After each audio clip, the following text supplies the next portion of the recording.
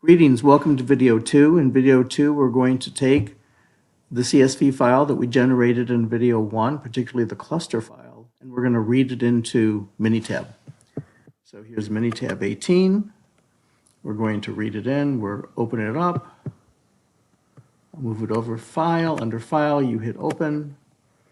Under Open, we need to find our desktop where we keep the fake news archives.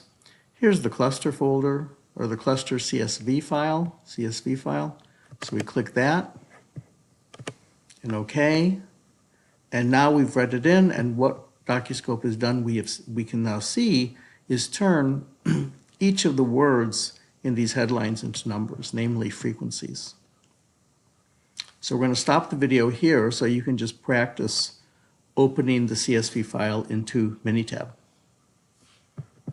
See you in video 3.